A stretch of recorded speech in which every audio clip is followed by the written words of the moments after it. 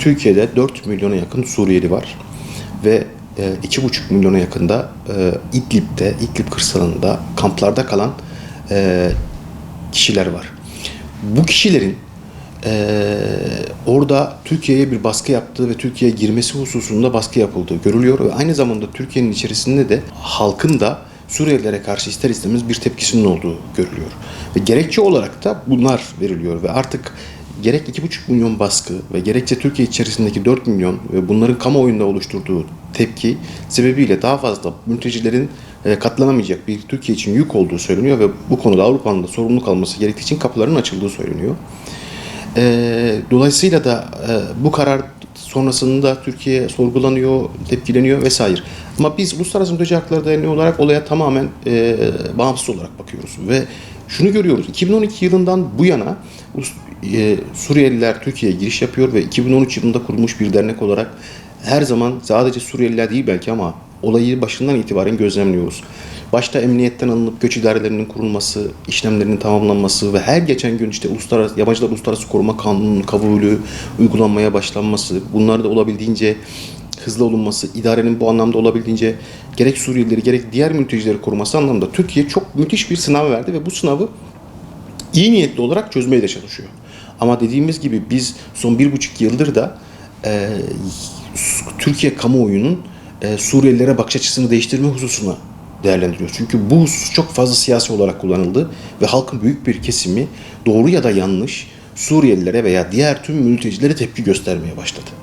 Ve Türkiye'de hükümet de bu anlamda çok ciddi sıkıntılar yaşadı.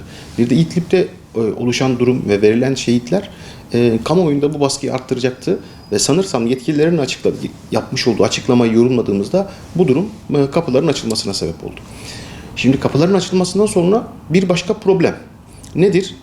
Bugün oraya geçtiğimiz günlerde ziyaretlerde bulunduk. Hala bir ekibimiz orada. Bu konularda sürekli olarak raporlar hazırlıyoruz. Raporlarımızı güncelleyerek de kamuoyunu bilgilendirmeye çalışıyoruz. Oradaki insanlara öncelikle biz tampon bölgeye kadar gittik ve sınır kapısının önüne kadar geldik. Yunanistan sınır kapısının önüne kadar ve oradaki insanlar Yunanistan sınır kapısını zorladıkça askerlerin kendilerine plastik mermi kullandığı, tazyikli su fışkırttığı ve göz yaşarıcı gazlar kullanıldığını gözlerimizle gördük. Bir kere bu kabul edilemeyecek bir insan hakları ihlalidir ve bu insan hakları ihlalinin bir an önce giderilmesi gerekiyor. İkinci insan hakları ihlalinin büyük boyutu, insanlar orada hijyenden uzak, ne bir yatak, battaniye, yorgan bir anda çıkılmış. Şimdi kararın hemen arkasından kendi aralarında organize olmuşlar ve bir anda oraya gitmişler ve herhangi bir hazırlıklar yok. Ve bu hazırlıkların olmaması sebebiyle yanlarına aldıkları bir gıda malzemesi yok.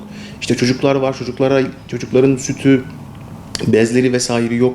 Ciddi anlamda insanlar yerde ıslak zeminler üzerinde yatıyorlar ve geceleri ateş yakarak ısınmaya çalışıyorlar ki -3'ü 4'ü bulduğu söyleniyor geceleri burada ve inanılmaz bir ateş ve duman kokusunun içerisinde bu insanlar ikamet ettirmeye çalışıyor.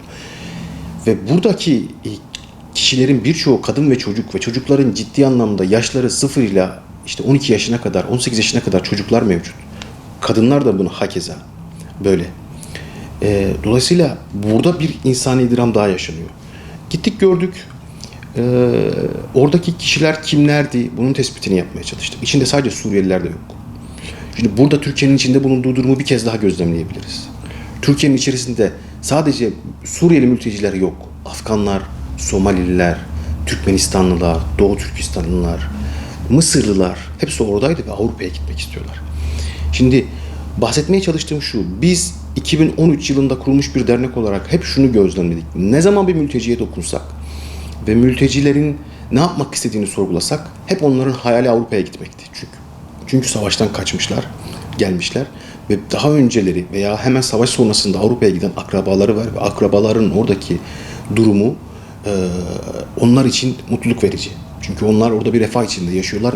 Belli bir hukuki statü almışlar ve o statünün gerekliliğinde de belli refah içerisinde yaşıyorlar.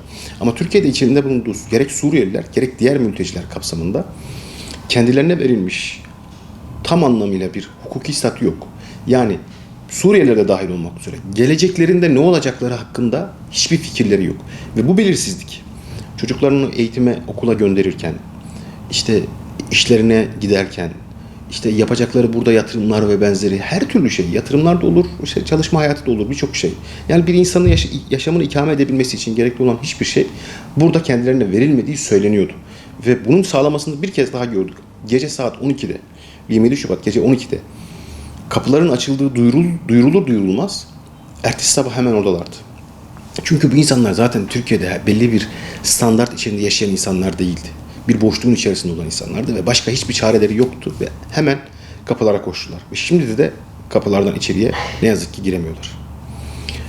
Biz bu problemin çözümünü konuşmalıyız artık. Şimdi birçok kişi bu anlattığım perspektifte Türkiye'nin insan hakları ihlali yaptığını, kapıların açılmaması gerektiğini söylüyor.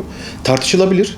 Biz hukuki açıdan baktığımızda her yabancının uluslararası sözleşmeler kapsamında seyahat hakkı olduğunu, yaşama hakkı olduğunu, adil bir şekilde gelecek umutlarıyla yaşama hakkı olduğuna inanıyoruz.